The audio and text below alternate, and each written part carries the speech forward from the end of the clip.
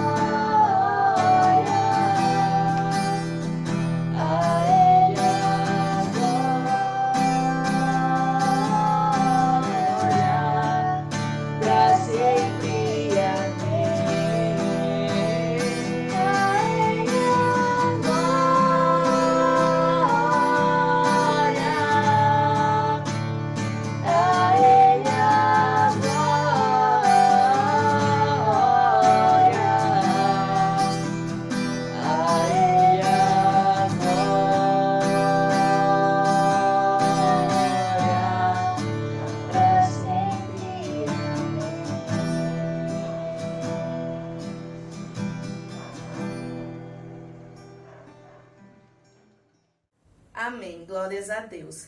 Nesse momento eu convido os irmãos a abrirem as suas Bíblias e lerem comigo o livro de Oséias.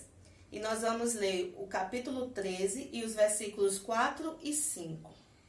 Mas eu sou o Senhor, o seu Deus. Desde a terra do Egito, vocês não reconhecerão nenhum outro Deus além de mim, nenhum outro Salvador. Eu cuidei de vocês no deserto, naquela terra de calor ardente.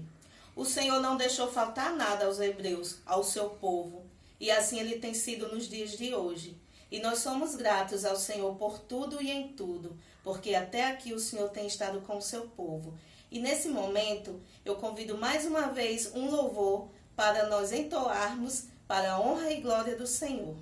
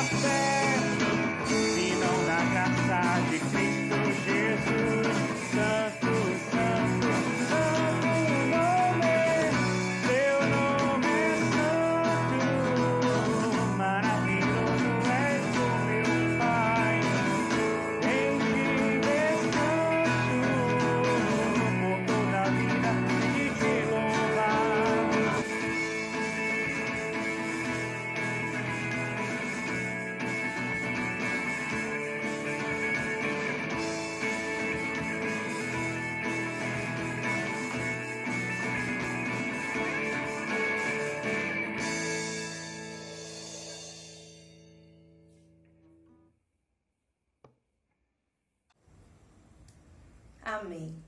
Nesse momento eu convido a todos os irmãos a orarem comigo por todas as famílias e todos os enlutados. Oremos.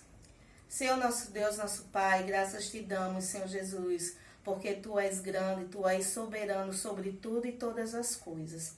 Nesse momento, Pai eterno, nós queremos colocar diante de Ti, Senhor, as famílias da nossa igreja, as famílias da nossa cidade, do nosso país, Senhor Jesus, que o Senhor esteja com cada um, Pai eterno, que a Tua misericórdia, Senhor Jesus, seja sobre todos, Pai eterno.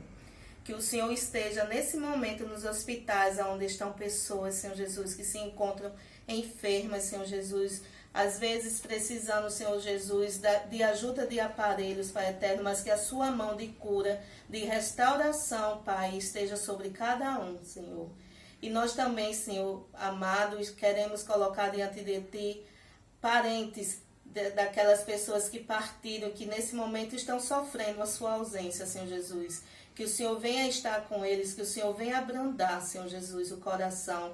E que essa dor, Pai eterno, o Senhor permita que se transforme em uma doce saudade. Nós te agradecemos por tudo, Senhor Jesus, pela Tua misericórdia, pelo Teu amor, pelo Teu cuidado.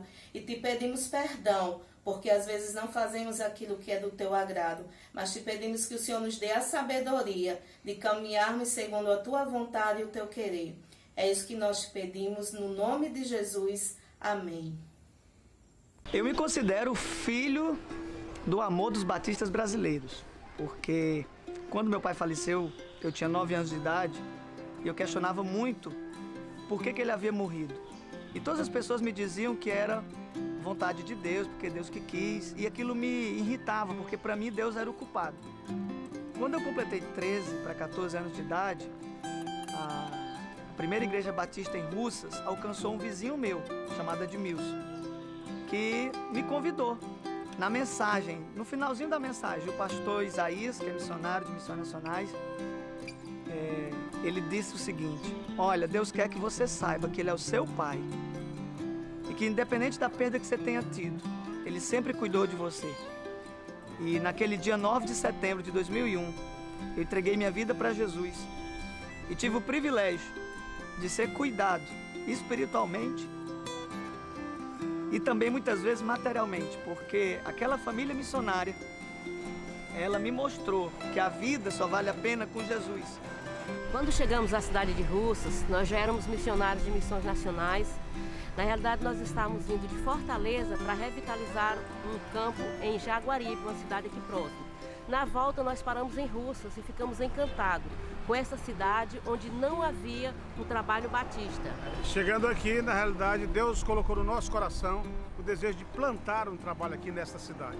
Um dos grandes exemplos no relacionamento discipulador é a vida do irmão Ítalo. Ítalo se converteu aqui com 13 anos e a igreja começou a investir na vida do Ítalo. É a vida na vida. Aos 16 anos de idade, eu tive o privilégio de começar um pequeno grupo no bairro que eu morava. E hoje eu entendo que aquela evangelização discipuladora é a maneira como Deus quer cuidar de nós.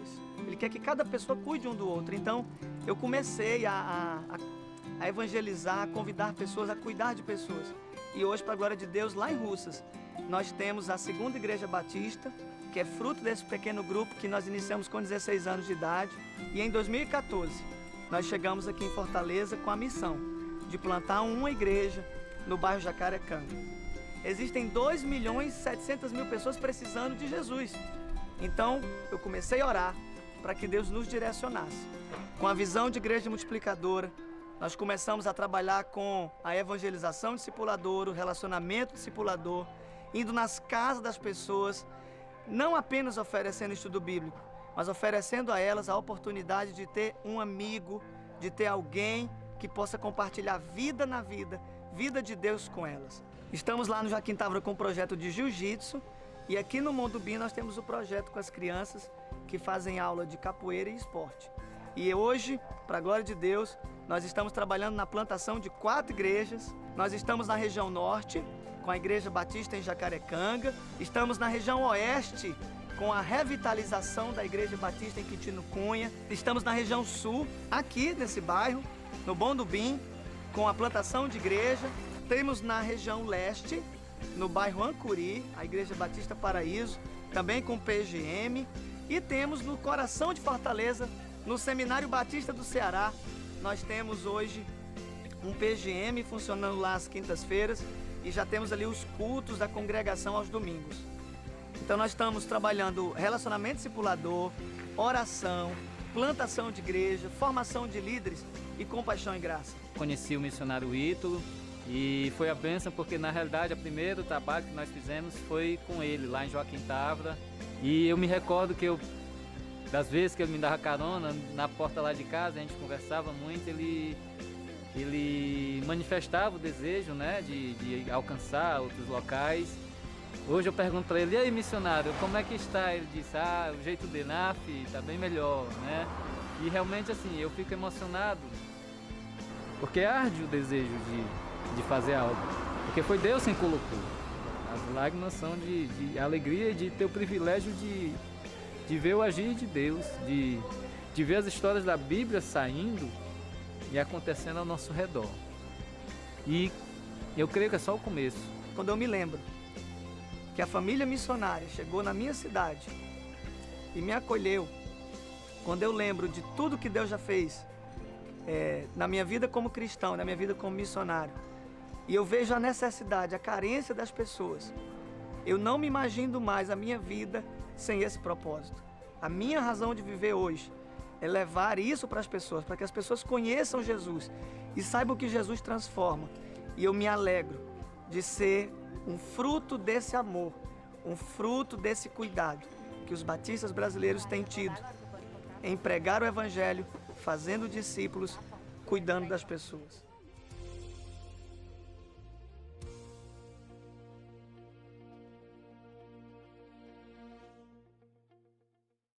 E nesse momento nós estaremos com a mensagem que o Senhor nos preparou para cada um de nós essa noite. Fiquem com Deus. Olá, meus amados irmãos, a graça e a paz de Cristo. Muito boa noite a todos, betelinos e não betelinos, ligados no nosso canal aqui no YouTube, para mais um culto de oração da Igreja Batista Betel. Que Deus te abençoe, que este culto chegue em seu lar, eu espero, com alegria, paz, com a graça e a misericórdia do Senhor. Se porventura você estiver passando por algum aperto, que Deus te console, que Deus te fortaleça e que você passe glorificando a Deus por esta provação. Não é? Nós estamos no mês de outubro, mais um mês que se foi, setembro, e neste mês nós avançamos um pouco mais.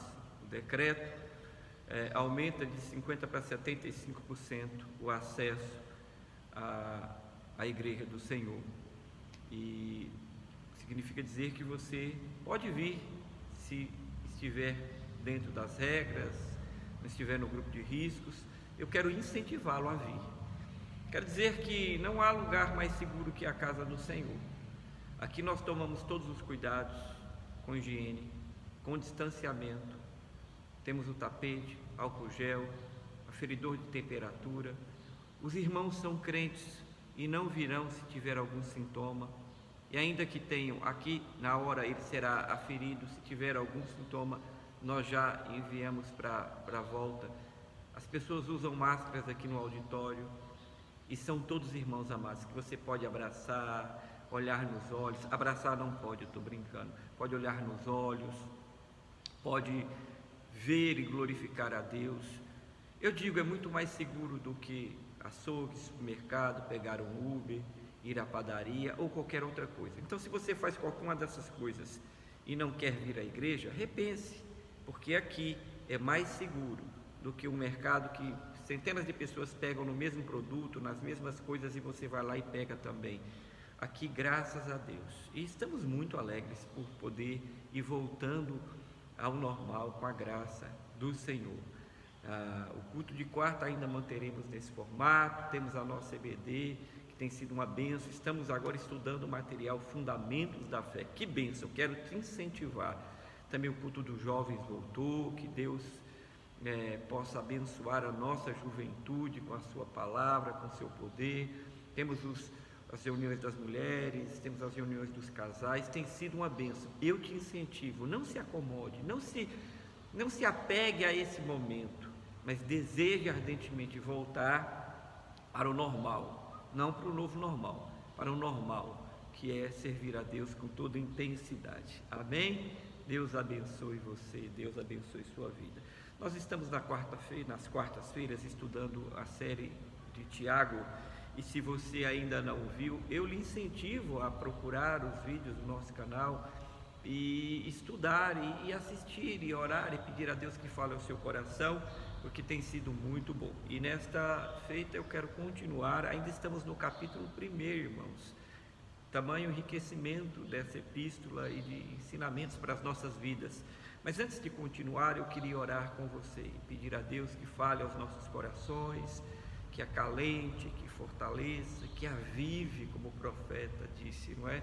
Os nossos corações. Vamos orar. Soberano e eterno Pai, obrigado por essa oportunidade de cultuarmos o Teu nome, de glorificarmos o Teu nome, Deus, ainda que distantes, mas que a Tua palavra nessa noite encontre lugar, encontre guarida nos corações, e que esses corações sejam, oh Deus, avivados, levantados, que haja direção, libertação, que produza fé, esperança no coração da sua amada igreja.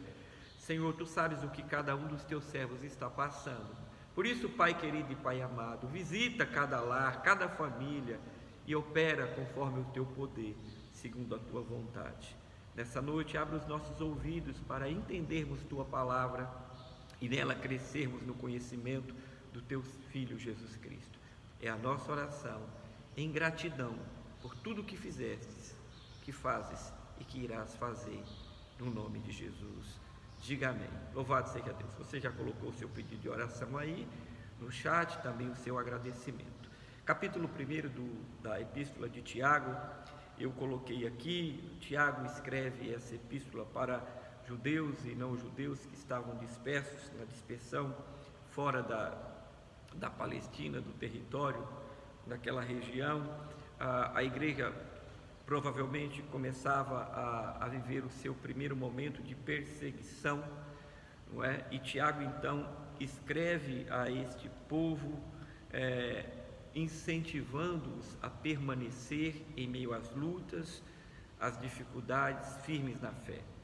É uma epístola prática, onde Tiago convida o seu ouvinte a sair do conhecimento para a prática, da teoria para a prática, da vivência da obra do Senhor, do reino de Deus. Tiago também orienta, e eu falo isso em mensagens passadas mais detalhadamente, orienta o povo de Deus, ensina as lições que podemos tirar nessa primeira parte sobre o que a provação deve produzir, como devemos nos comportar, como deve ser a vida do servo de Deus em meio a essa provação. Então, ele começa dizendo sobre os benefícios da provação, depois ele pede ali a partir do 5, falando sobre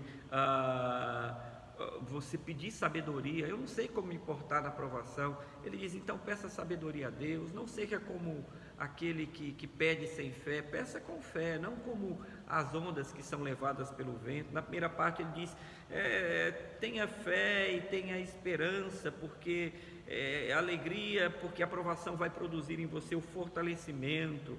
Depois nós vimos na terceira mensagem as circunstâncias transitórias dessa vida, ou seja, ele fala do pobre e do rico, do necessitado e do rico. Os dois são provados e os dois precisam tirar o seu foco da terra e saber que a sua segurança é Deus. Então ele diz que o necessitado se glorie em Cristo e na sua pobreza, na sua situação, mas porque na verdade a sua maior riqueza é o Senhor. Ele diz ao rico que se lamente pela sua riqueza, no sentido que não é ela que vai levá-lo a lugar nenhum, senão o próprio Deus. E dessa feita eu quero ir então para o verso 12 ao verso 15, para pensarmos nessa noite e continuarmos aqui dentro das provações, o que Deus tem para nos ensinar. Amém? Glórias a Deus. Diz assim, a partir do verso 12: bem-aventurado ou feliz o homem que suporta com perseverança a provação, porque depois de ter sido aprovado, receberá a coroa da vida, o qual o Senhor prometeu aos que o amam. Ninguém, ao ser tentado, diga: sou tentado por Deus, porque Deus não pode ser tentado pelo mal, e Ele mesmo a ninguém tenta.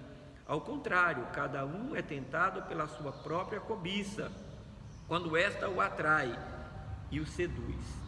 Então, a cobiça, depois de haver concebido, dá a luz ao pecado, e o pecado, uma vez consumado, gera a morte. Que Deus aplique a sua palavra em nossos corações. Pois bem, então Tiago continua a desenvolver o conselho, a direção para aquele povo que sofria, que estava provavelmente passando um perrengue sério.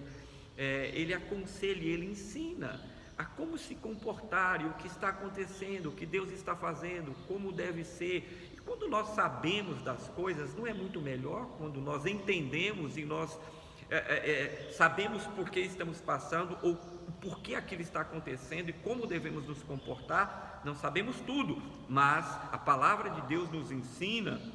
E aqui Tiago então continua a aconselhar e mostrando nesta sessão a origem do pecado, a origem do mal, e fazendo uma transição aqui que nós vamos ver do que seja provação, do que seja tentação. Então eu queria que você ficasse atento e acompanhasse comigo. O primeiro ponto que eu queria refletir com os irmãos aqui, meus queridos, sabendo que todos nós passamos como este povo, a história da igreja, de séculos em séculos, lutas, nós estamos sujeitos a passar.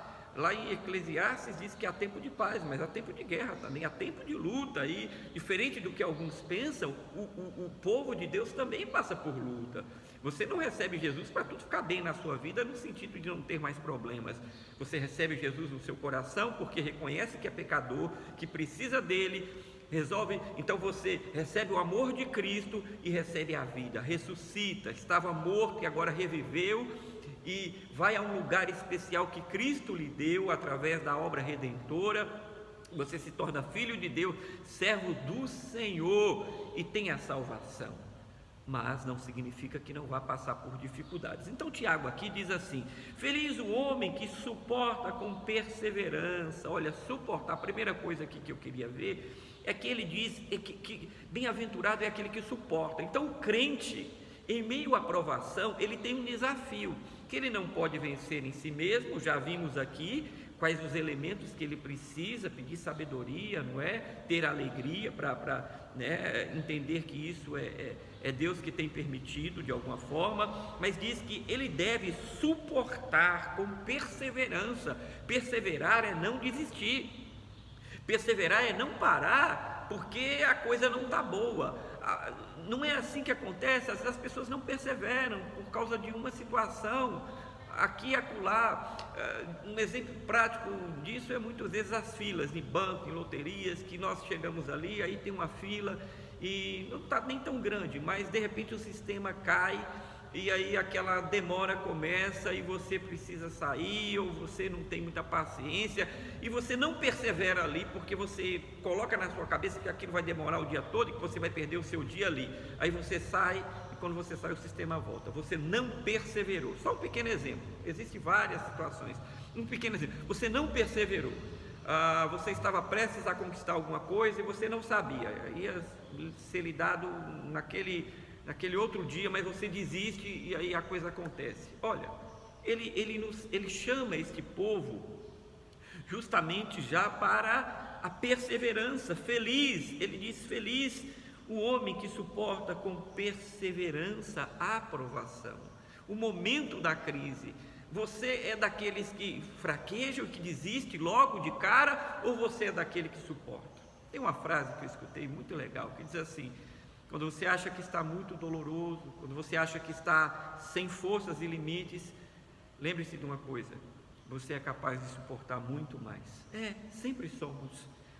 Quando sua alma, suas emoções estão dizendo você não merece isso, você não vai suportar isso, é porque você ainda aguenta muito mais ir além daquele momento. Então ele diz, a primeira coisa aqui é esta alegria, feliz, feliz o homem que suporta. Por que ele é feliz? Ele diz: feliz o homem que suporta com perseverança, não desiste, não abre mão. Provérbios diz assim: se te mostras fraco no dia da angústia, então a força que tu pensas que tem é pouca, é pequena. Não desista, porque Deus é conosco. Josué recebeu de Deus ali, através de Moisés, uma direção: ser forte, corajoso, não te espantes, não se amedronte, não é? Ele ouviu essas palavras ditas de outra forma, e ele diz: feliz o homem que suporta com perseverança a provação. Por que com alegria? Por que feliz? Né? Por que bem-aventurado? Por dois motivos. O primeiro motivo desta alegria é exatamente neste momento, é saber que Deus tem um plano naquilo. Por que suportar com alegria? Porque ele diz: suporta com alegria, porque depois de ter sido provado, não é? Você acaba se alegrando porque você venceu, passou por aquilo, suportou aquilo, e a alegria vem ao seu coração. É como a mãe que está ali gemendo aquela dor. Nós podemos falar isso simbolicamente, porque os homens não vivem essa realidade, nem podem viver, não é? Então ela sente, geme a dor insuportável, e quando o filho sai, nasce, então vem a alegria. Ele diz: bem-aventurado, feliz é o homem que suporta com perseverança a provação. Por quê? Porque depois, né? Então a alegria, bem-aventurado, feliz. Você é feliz porque Deus está agindo em sua vida, Deus está permitindo aquilo com um propósito. Feliz no presente. Essa primeira aqui é no presente, porque eu consegui passar, Deus me melhorou. A gente viu isso anteriormente. Deus me ajudou, Deus aguçou a minha fé, trabalhou o meu caráter, eu estou sendo santificado e Deus está usando a provação. Ele diz: você então, bem-aventurado, feliz aquele que suporta esse momento com perseverança a provação. A segunda coisa, e ele diz: porque depois de ter sido aprovado, e aqui precisa ter sido aprovado para receber esse gozo aqui nessa existência, receberá a coroa da vida. A segunda coisa é que haverá um prêmio, e um prêmio maravilhoso, não é? Por essa perseverança, é a coroa. Aqui ele usa a figura de um atleta. Ele fala da alegria e depois ele usa a figura de um atleta para figurar o futuro, a alegria presente, uma alegria futura. A do presente é porque Deus te ajudou, Deus te melhorou, Deus te capacitou e você perseverou com a ajuda de Deus. A segunda alegria é porque ele agora lança-nos para o futuro, e ele diz que receberemos então a coroa. Aqui ele usa a figura de um atleta que conseguiu, prevaleceu, foi determinado, foi perseverante, apesar das dificuldades, da luta e de tudo que estava passando. Ele perseverou, e ele diz: o qual o Senhor prometeu aos que o amam. Oh, meus amados, então há algumas coisas aqui. A prova é o teste que nós falamos, e esse teste melhora você. E por isso que você fica alegre. Eu passei pela prova e eu fui melhorado, e eu sou mais homem, mulher de Deus, estou mais parecido com Jesus. A segunda questão aqui que a gente falou é que essa perseverança do capítulo, do verso 12, ela também, além da alegria por ter sido aprovado, perseverado, a coroa que vem na eternidade, que Deus prometeu, e o texto diz claramente, e que tem a ver também com a doutrina da perseverança do salvo, do cristão, não é? Lembra dessa doutrina? É verdade, aqui está incluso essa perseverança ao qual o Senhor prometeu aos que amam, ou seja, aquele que for aprovado receberá a coroa, né? Receberá do próprio Deus. Ele usa essa figura de um atleta, justamente, que era ou de um rei ou de alguém que estava sendo coroado, para determinar que um dia receberemos, e para determinar também, aqui podemos entender que o salvo verdadeiro é o cristão que persevera no caminho da salvação. E por fim, nós aprendemos também nesse verso que Deus é soberano, e como Jó, aí podemos voltar para Jó e lembrar de Jó, e vimos o fim. O texto diz que Deus deu a Jó. Ali encontramos a soberania de Deus, porque não encontramos fatores que justificassem Jó está passando por aquilo, não de pecado imediato, pecador ele era, mas que tivesse feito alguma coisa, mas ali entra a soberania de Deus, que testa, que quer aprimorar e melhorar. Jó precisava conhecer Deus muito de mais perto, né? E ele mesmo retrata isso depois. Então nós sabemos que no meio à provação há o sofrimento, mas esse sofrimento tem uma didática, ele tem uma perspectiva de nos ajudar, de nos fortalecer. Então ele diz: o Senhor prometeu àqueles que o amam, não é? Então nós vamos perseverar. Essa é a primeira coisa que aprendemos. Aí vamos para o verso 13, e ele diz assim: ninguém ao ser tentado diga, sou tentado por Deus, porque Deus não pode ser tentado pelo mal, e Ele mesmo a ninguém tenta. Aqui Tiago faz uma transição eu vou usar a analogia do exterior para o interior, não é? Quando ele fala sobre essa prova agora que passa para dentro do coração, trazendo uma ideia de sedução. É como se você estivesse sendo agora seduzido pelo pecado, não é? A diferença, a palavra provação nesse texto, e a palavra provação, ela tem a mesma raiz no grego de tentação. A diferença básica aqui é que a provação, eu já falei isso, ela te aproxima de Deus. A provação te melhora, ela te faz buscar a Deus, ela vai melhorar o seu caráter. No verso 5, ele diz que, no verso 5 não, no verso 4, ele diz que nos faz ficar perfeitos, completos. Isso, a provação faz isso. Mas a tentação que aparece, Deus muitas vezes permite dentro da provação, e tudo isso por permissão de Deus, né? Ela tem como objetivo, Deus às vezes permite, mas é você que é tentado, não é Deus que te tenta nisso. Veio uma provação, mas aí virou uma tentação, e a tentação, ela é uma ação que parte do coração do homem caído, do homem pecador. Por isso ele começa dizendo: ninguém ao ser tentado diga, sou tentado por Deus, porque Deus não tenta. Deus pode até permitir, mas Deus não é o autor, né, o agente direto do que está acontecendo no seu coração. Não é, não, com certeza não é. Tiago faz uma refutação aqui de uma ideia judaica de que o impulso do mal Tiago então faz aqui essa defesa, porque os judeus acreditavam no impulso do mal, que Deus tinha criado todas as coisas e o mal, então que de alguma forma a ideia era que Deus estava ali, permitiu no sentido de mais que permitiu, Deus estava causando aquilo e Deus era responsável, então isentando o homem de cair e de se afastar e de acontecer um desastre. Tiago, a primeira coisa que faz é isso: Deus não, por isso Tiago já refuta dizendo: ninguém ao ser tentado diga, sou tentado por Deus, porque Deus não pode ser tentado pelo mal e Ele mesmo a ninguém tenta.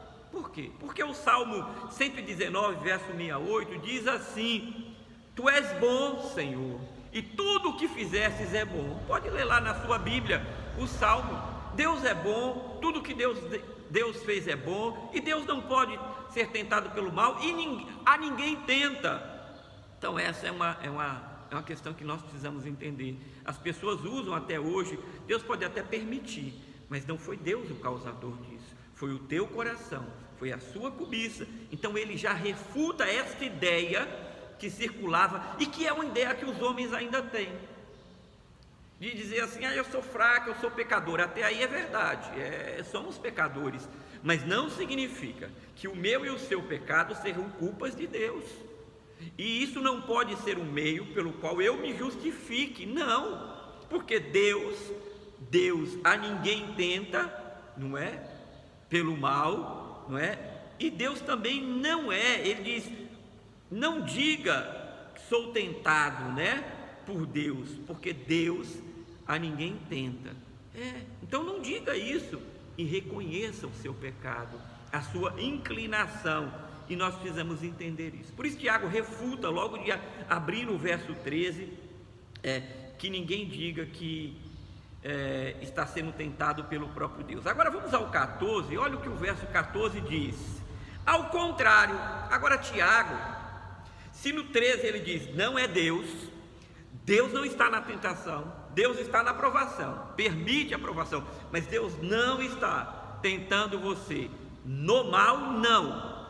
Então ele refuta no 13 e no 14 ele diz o motivo pelo qual os homens e a igreja do Senhor muitas vezes está vivendo situações perigosas. Ele diz: ao contrário, cada um é tentado pela sua própria cobiça, quando esta o atrai e o seduz. Ah, meus irmãos, a palavra aqui é luxúria, é um forte desejo da alma para desfrutar, para dar à sua carne o prazer que ela tanto deseja, a satisfação.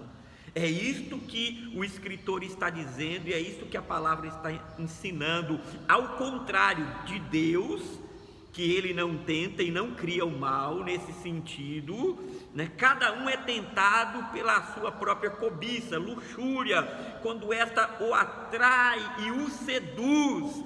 Perceba que é uma ação do pecado dentro do homem, é uma sedução. Aqui a figura aqui é exatamente de um pássaro, de uma armadilha. Olha o que o verso diz com atenção: ao contrário, cada um é tentado pela sua própria cobiça. É essa sedução que acontece, né? Quando esta o atrai. Aqui fala, é a figura de uma armadilha. Pense num pássaro, numa armadilha, e aí ali coloca-se, sei lá, uma isca, e aquele pássaro vê aquilo tão fácil, tão gostoso, cheiroso, desejoso, né? E ele vai lá e pum! Aquilo não está no habitat natural dele, não é uma árvore, não é uma flor, uma fruta que ele poderia naturalmente ir, mas está dentro de um lugar e ele não olha senão para o fruto que está muito fácil ali. Tudo muito fácil, é muito perigoso, meus irmãos, e ele vem o impulso, e assim acontece com a vida e com a natureza humana.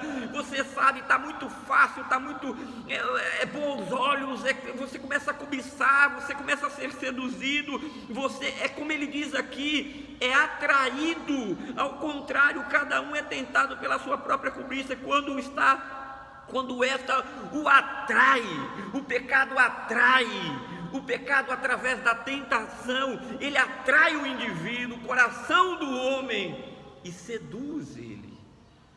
A figura de uma armadilha aqui. Então você não pode tirar isso da mente. Tiago está ensinando ao povo de Deus: cuidado, porque isso é uma armadilha. Satanás colocou essa armadilha. O pecado, a provação pode virar uma tentação, e você precisa ser cuidadoso para não ser seduzido. E quantas vezes nós vemos isso acontecer? Somos seduzidos e caímos numa armadilha, que é exatamente o que o texto sagrado está dizendo. Essa armadilha, ela tem como objetivo, não é, seduzir você, e você quer satisfazer o seu desejo, você quer satisfazer a sua alma, e você então vai como um pássaro que vai cair no laço do passarinheiro, como diz o Salmo 91. Veja que coisa triste, veja como o mundo atrai, o pecado, o diabo arma essas coisas para tirar o cristão. Tiago está dizendo a esse povo: cuidado, não permita que a aprovação que Deus tem permitido para abençoar, melhorar você, para testar a sua fé, para provar que você é salvo de verdade, porque você é daquele que persevera para a salvação. Cuidado, para que isso não vire uma tentação. E não culpe Deus, ao contrário, você está sendo levado a isso, pela sua própria natureza pecaminosa, que o está atraindo, como uma armadilha que foi colocada pelo mundo, o diabo, e a sua carne está sendo seduzida, e você quer dar prazer a ela, porque está tudo muito bonito, gostoso e fácil. É o que Tiago está nos advertindo. Precisamos tomar esses cuidados, e só em Deus, olhando com muito cuidado o capítulo 1, versos anteriores, e pedindo sabedoria a Deus, discernimento a Deus, nos aproximando de Deus. Agora, olha o verso 15, o que ele vai dizer ainda. Então a cobiça porque você viu ali, você foi seduzido e você começa a cobiçar. Então a cobiça, depois de haver concebido, dá luz ao pecado, e o pecado, uma vez consumado, gera a morte. Oh, meus queridos, agora o escritor usa a figura de uma gravidez. Olha o que ele diz, com atenção. Então a cobiça, você já foi seduzido, o verso 14 diz, por causa da sua natureza pecaminosa, um laço foi colocado e você caiu nele. Aí ele diz no 15, então a cobiça, porque você já está seduzido, depois de haver concebido, é como que você estava gestando aquilo. Meus irmãos, na esfera do pecado, da provação e da tentação, não existe esta ideia errada que fulano caiu. Olha, fulano caiu, você soube, fulano caiu. E todo mundo fica admirado, porque fala, mas ontem fulano estava aqui, fulano, como assim caiu da noite para o dia? Não, ninguém cai da noite para o dia. O processo que a Bíblia nos ensina, que Tiago ensina esse povo, é como uma gestação. O que é uma gestação? A mulher engravida e ela vai passar todos aqueles meses, 9 meses, gestando. A criança está crescendo no seu ventre. As coisas estão acontecendo naturalmente e num período de tempo. E depois nasce a criança. O pecado faz isso. Ele cria a armadilha, 14, verso 14. Ele começa a seduzir você, não é? E aí no verso 15, ele diz, então a cobiça, depois de haver concebido, você engravida do pecado, e você começa a namorar, e você começa a volta, e vai de novo, e dá mais aquele telefonema, e dá mais aquele oi, não é? E dá mais aquele aceno, e volta lá, e ensaia, e vai, e vai, e vai. Você está gestando. E ele diz, por isso, o verso 15, ele diz, então, a cobiça, depois de haver concebido, aí ele diz, então nasce o pecado. Então eu ensaiei, paquerei, pequei, nasceu. Veja que é um processo. Nós alcançamos o pecado dentro de um processo que enamorou com ele. É o que o texto ensina, meu querido.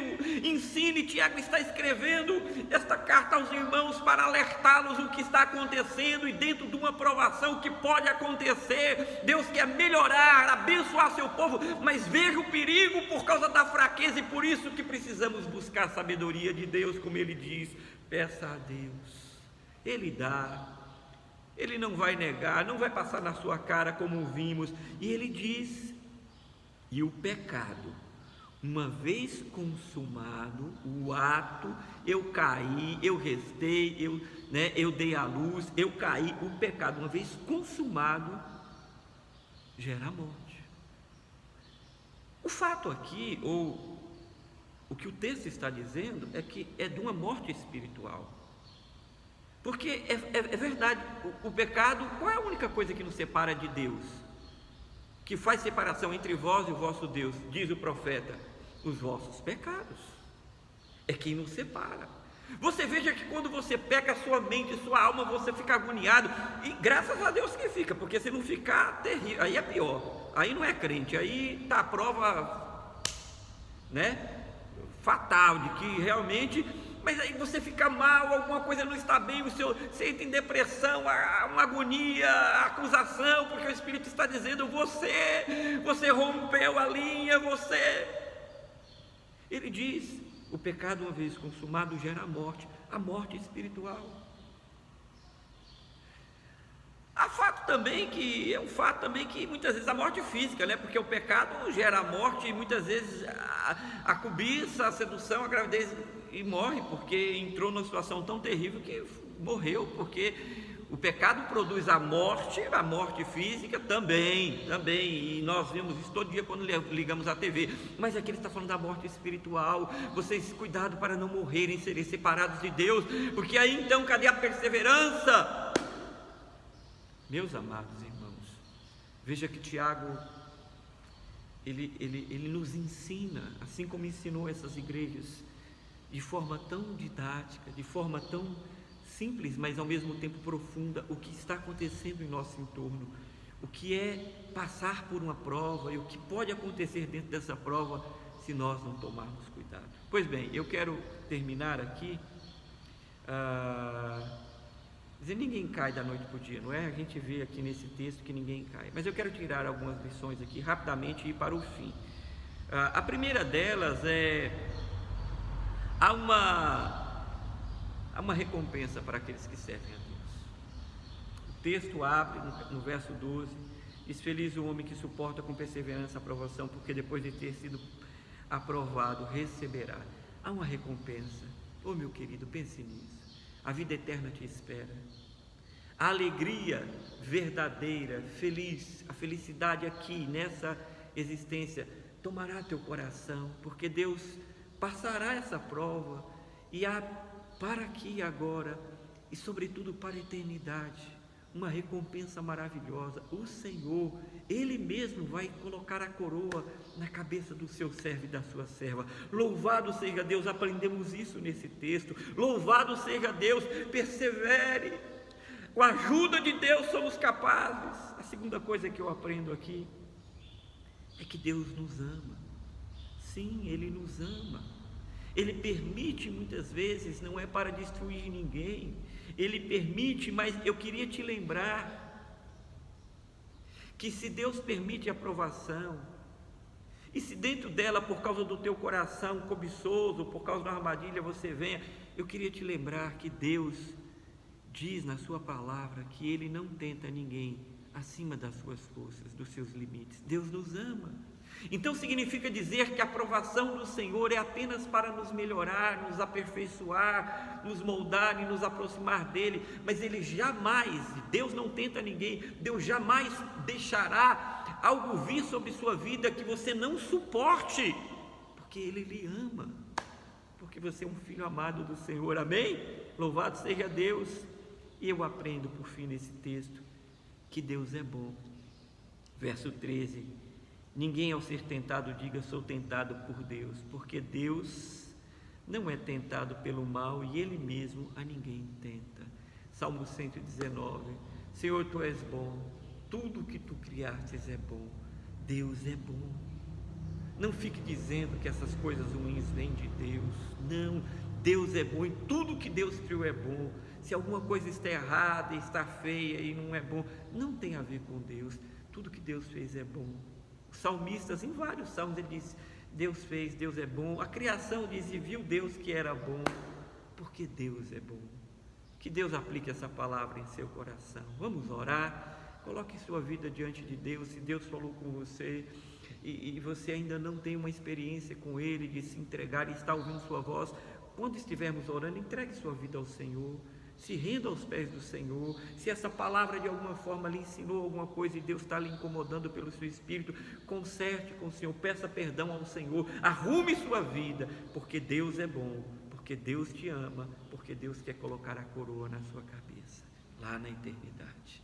Bendito seja Deus, porque Ele quer que você viva aqui, apesar de todas as lutas, feliz, porque conhece a Ele, porque sabe que Ele está no controle, cuidando de tudo.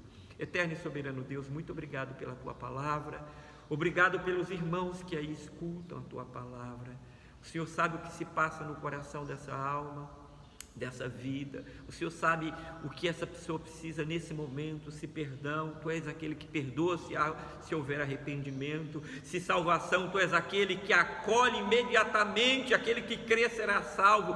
Deus, que o Senhor escute a oração dessa pessoa, se é aquele que quer voltar aos Teus caminhos, bendito seja Deus. Deus, obrigado, porque o Senhor é quem nos ajuda a passar pela provação, Senhor, e nos ensina que a tentação é um plano do inferno, Deus, e que nós em Cristo Jesus somos mais que vencedores. Livra-nos por misericórdia, perdoa os nossos pecados. É como nós oramos e Te louvamos, no glorioso nome de Jesus. Amém. Termos a ceia do Senhor, domingo. Eu quero convidá-lo, coloque o seu nome na lista, né? Antecipe-se. Temos nossas reuniões durante a semana, salas de oração, os jovens, a nossa EBD. Deus seja louvado. Não se esqueça, ore, persevere, Deus é contigo. Vamos ouvir uma canção. Que o amor de Deus o Pai, que a graça de Jesus Cristo e que a consolação do Espírito sejam com todos hoje e para sempre. Amém. Ótima semana, Deus te abençoe.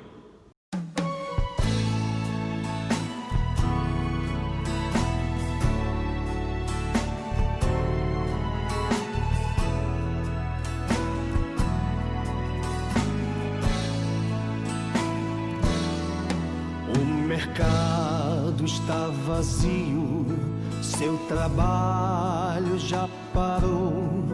O martelo do obreiro, seu barulho já cessou.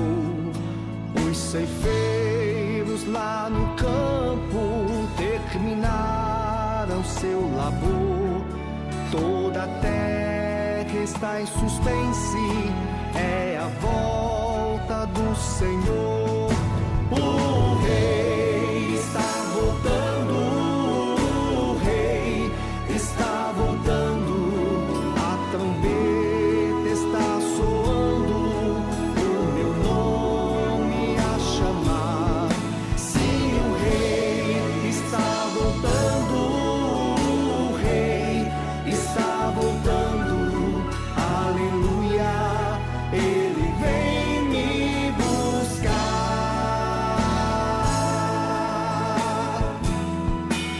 Os vagões de trens vazios passam ruas e quarteirões. Aviões sem seus pilotos voam pra destruição. A cidade está deserta, sua agitação parou. Sai a última notícia, Jesus Cristo já voltou. O rei está voltando, o rei está voltando. A trombeta está soando, o meu nome a chamar.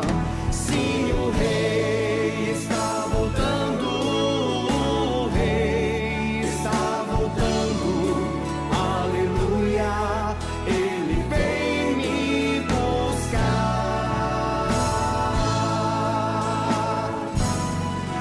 Vejo a multidão subindo, ouço o coro celestial.